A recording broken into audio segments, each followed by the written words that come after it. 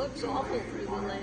We've been doing these for a couple of weeks now in commemoration of the centennial for the fair, and I've been trying to prompt people about their recollections of the fair to tell us about that. I know with this group I know better than to suggest any particular topic, so someone, Tom, why don't you give us a kickoff? I think these people have come a lot longer than I have. As a matter of fact, I've been here longer than any of you. Tell them about bringing your calf. Did you bring your calf? How, Did you bring your calf when you were young? Yeah, you brought I probably started in Your calf? the early 40s. No, your calf when you were little, when you were younger. We tried. You tried. walk down here. And then I built up What the did 4-H you have? 4-H project. And they used to have softball games. That way. I really enjoyed that. And I probably traveled the furthest to come here. traveled the furthest this year? I think we've had some California folks join us. Gene, you've already given us a take earlier today. Patty took one this afternoon. Great. It won't be any good. That was actually before you ever find it. I kind of took a hiatus after Bob had his stroke. I didn't do any quilts. I did little things, but I didn't do anything. But I'm working on some now. Maybe I'll come back next year.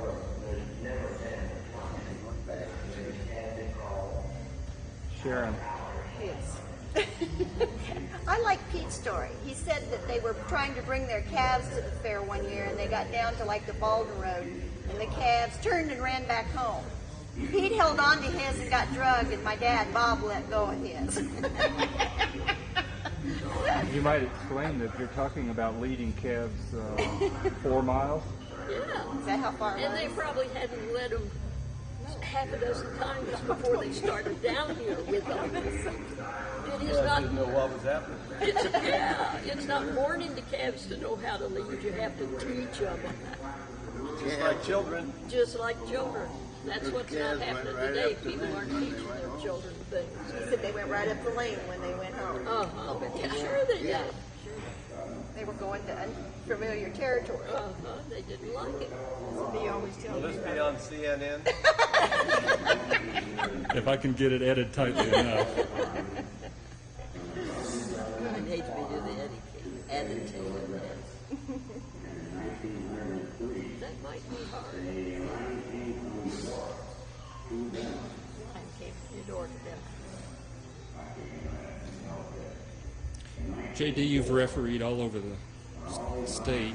Did you ever do any officiating for sports? Softball games at the fair. Did you ever play here at the Vinland Fair. Before they closed the high school here, I played basketball in the old gym. Did you? What organization was that? That was with the school. With the Baldwin School. Baldwin School? No. I was from Linwood. And Linwood came to Vinland To play. And that gym was something else. You had about a foot at the end, and the midcourt overlapped. circles overlap, that's right. Oh my gosh. Yes, you know, if all About those boys 10 could see seconds this or about a beautiful building that they have now. Oh my goodness. 25 So Pete said when he went home the other day, he said, look at this nice place they got to play ball. Mom watched her great-grandson play basketball here this winter. Yeah. No, I guess it was last winter, because we played in the other place this past winter, so it was a year ago. He played basketball here. Beautiful. Well, Pete played in Eudora, but the goals were right on the wall. And I remember sitting there one night, and he went in for a setup and hit that wall and cut his head open. He's trying to just get your attention. Oh, yeah. Yeah, she did that just for me. He said then they hauled him off to the doctor, and he said, I was scared to death. I told the doctor, I said, I can't have this sewed up. The doctor says, why? Well, he says, I can't afford to have you work on me. And he said, well, it's good, man. Oh, he relaxed. He left throw his head up. Tom, There was a lady earlier today who was giving us a little bit of her recollections, and we got into the Presbyterian Church discussion, and she said you and Jerry were a couple of the cutest little kids passing out hymnals at the Presbyterian. Haven't I? Yeah. Well, I was telling that. Passing out one hymnal. We used to walk down there, and motivation to coming, of course, to keep our straight stars for attendance. And I'm not sure too much about golf, but anyway, we attended pretty regularly.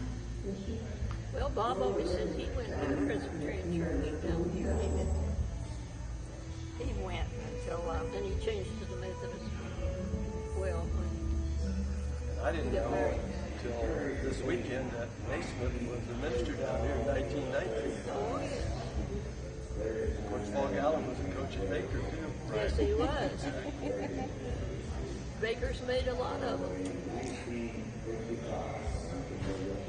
Our church had a lot of Baker students for ministers too. You know, they usually provided our ministers. Methodist church. I don't know the Methodist ministry curriculum at Baker's schools. I bet not. There's not too many going into it. Yes, they and the regulations have changed. You have to go through a seminary now, rather than just an AB degree, BA degree. guys. If you've got things that you want to make sure get down, we'd be tickled to hear them, or if you want to save them for the next 100 years. Yeah, well, you can save mine for the next 100 years. I really and truly don't have a series of questions, but as a part of the celebration and commemoration of the 100th fair, we've been getting folks to give their recollections of the fair in particular, and actually the community in general. And I think you guys have a lot of both.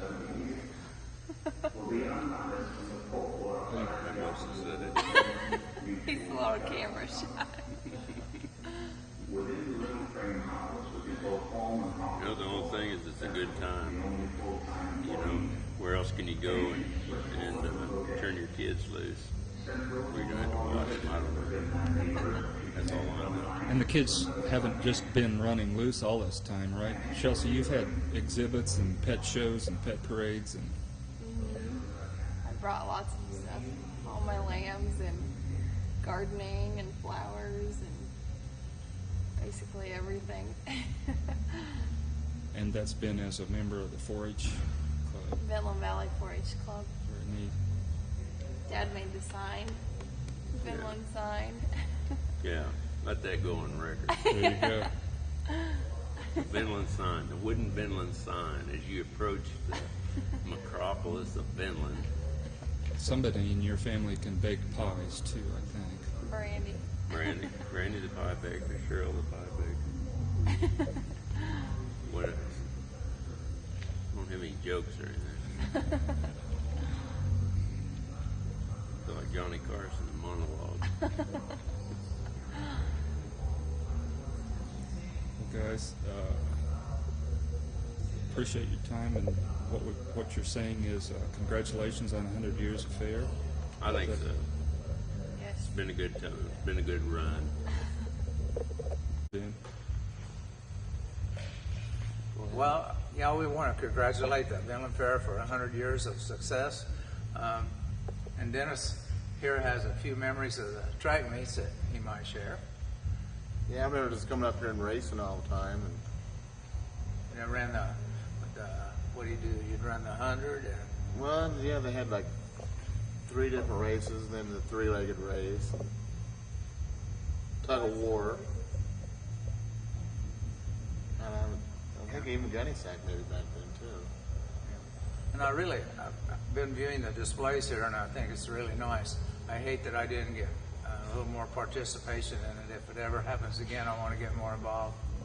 I had a few things I could have shared, but it's been a good experience to look at this and share it. Denny, do you have recollection of Grandpa and Grandma, your grandfather, grandmother, and their activities, maybe fair or Grange? No, that was long before me. The earliest memory I can go back to is I can barely remember when they moved from the store in Vinland. And I don't recall anything of him to do with the Grange. I recall him laying on the daybed listening to the Royals, and we came out once and he took us fishing down at Wiseman's on that dead section of Coal Creek, and he went to stick my pole in the dirt for me, in the mud, and it broke and he fell in. He had a cigar in his mouth. I'll never forget when he came up, the cigar was drooped down on his chin, and he was soaking wet. So, but that's my earliest memory of them in this area. My mom never shared much. It didn't seem like that. She's always telling the story about the horse that pulled into the elevator, and the train whistle tooted, and the horse died. That's one of her favorite stories. You're talking about the Vinland depot. The Vinland elevator. I can't recall. I think there's a CD around of her telling the story, but the train at that time went by and tooted its whistle or whatever, and the horse had a heart attack and died right in the elevator. Oh, wow. So, and of course, she used to tell stories about the pickle barrel in the store and candling the eggs. I still have the horseshoes that they threw behind the store. And I've got the scales that was in the store. So they were candling eggs to go onto the train on the depot across the street, or? I think they were candling eggs to be sold through the store. I see. What'd they call that? The Star Grocery? Yeah. The boys got a dime for breaking up the crate so they could go to the movie. Yeah. So, but I'm ashamed to say I haven't shared as many memories as I wished I had. So, I was always too busy, a city boy. Probably everyone can say that. Yeah. But thank you, guys. You bet.